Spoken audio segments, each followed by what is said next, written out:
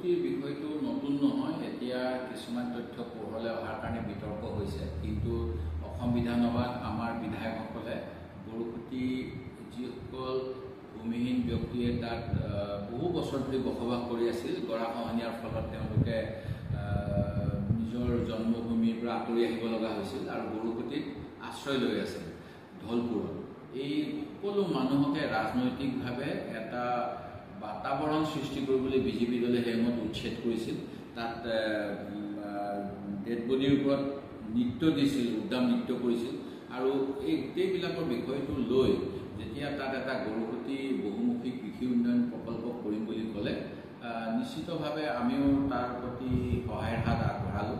কিন্তু প্ৰথমৰ পৰাই দেখা পালোঁ তাত বিভিন্ন ধৰণৰ খেলিমেলি হৈ আছে আৰু সেইকাৰণে অসম বিধানসভাত বিভিন্ন সময়ত গৰুকুটিৰ বিষয়টো লৈ আমাৰ কংগ্ৰেছ দলৰ বিধায়কসকলে বিভিন্ন প্ৰশ্ন সুধিছিল।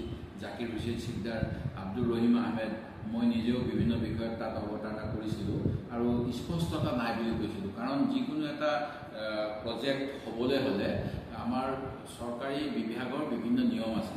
এতিয়া যদি এখন সমবায় বা এখন কৃষি পাম কৰিব লগা হয়, তেতিয়াহ'লে জিলা পৰিষদ, যিহেতু আমাৰ পঞ্চায়ত ব্যৱস্থা আছে দেশত, জিলা পৰিষদৰ যোগেদি তাৰ পৰিকল্পনা কৰিব লাগে। জিলা পৰিকল্পনাৰ পৰা ৰাজ্য চৰকাৰলৈ প্ৰস্তাৱ যাব লাগে আৰু ৰাজ্য চৰকাৰে অনুমোদন দিলে কামখিনি হয়।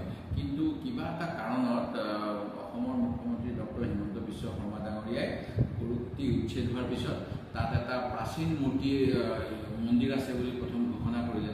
মন্দিৰটোৰ বিষয়ে কিন্তু অসমৰ দুখন প্ৰাচীন কিতাপ, তাত একো উল্লেখ নাছিলে।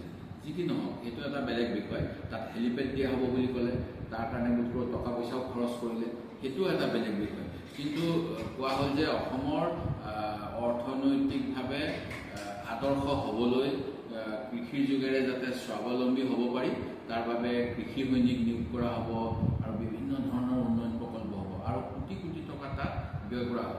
এতিয়া শেহতীয়াকৈ 300জনী গীৰ গাই গৰুকুটিলৈ অনাৰ পিছত গৰুকুটিত এজনীও নাই বাবে চৰম বিতৰ্কৰ সৃষ্টি হৈছে আৰু যিসমূহ গাই, মুখ্যমন্ত্ৰী মহোদয়ে কৈছে যে সেইবিলাক বেমাৰী গাই হয়, বেমাৰীৰ কাৰণে তেওঁলোকে কাৰোবাক নিলামত দি দিলে বা মানে এটা ৰহস্যজনক স্থিতিত এই গাই কিছুমান হেৰালে। এতিয়া চৰকাৰীভাৱে থকা কৃষি পামলৈ যিখিনি গাই লৈ গৈছিল, সেই 300জনীৰ তাৰ মৰিলে বুলি কৈছে আৰু বেচৰকাৰীভাৱে থকাখিনি জীয়াই আছে বুলি কৈছে।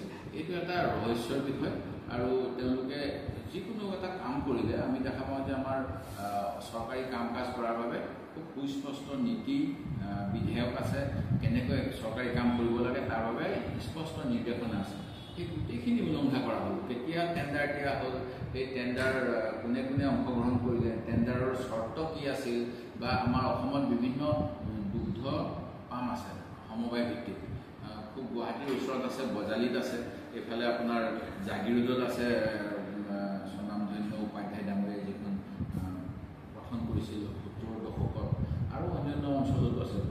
কিন্তু সেইবিলাকক আওকাণ কৰি ৰাজনৈতিক দৰবাৰৰ ওচৰৰ মানুহখিনিয়ে কেনেকৈ পালে মন্ত্ৰী বিষয়াৰ ঘনিষ্ঠ বা বিধায়কসকলে, সেইটো এটা সন্দেহজনক। আৰু সেই গতিকে আমি এই গোটেইবিলাক বিষয়ত তদন্তৰ ব্যৱস্থা কৰিবলৈ কৈছোঁ। মুখ্যমন্ত্ৰী মহোদয়ে দুৰ্নীতিমুক্ত অসমৰ কথা কয়, এই গোটেই বস্তুখিনিত যে দুৰ্নীতি সোমাই আছে সেয়া স্পষ্ট হৈছে। সেই গতিকে মুখ্যমন্ত্ৰী মহোদয়ৰ পৰা তদন্ত দাবী কৰিছোঁ আৰু তদন্ত ভিত্তিত যেনেকুৱা ব্যৱস্থা ল'বলৈ কৈছোঁ। আৰু সাংবাদিকে প্ৰশ্ন সুধিবই, সংবাদমেল পাতিলে আমিও যেতিয়া সংবাদমেললৈ আহোঁ, অচিনাকি হ'লেও সংবাদমেলৰ কাৰণে তেওঁলোকে যদি পৰিচয় পত্ৰ লৈ আহে, সৰু ডাঙৰ জ্যেষ্ঠ কনিষ্ঠ আমি একো নাচাওঁ, আমি উত্তৰ দিওঁ।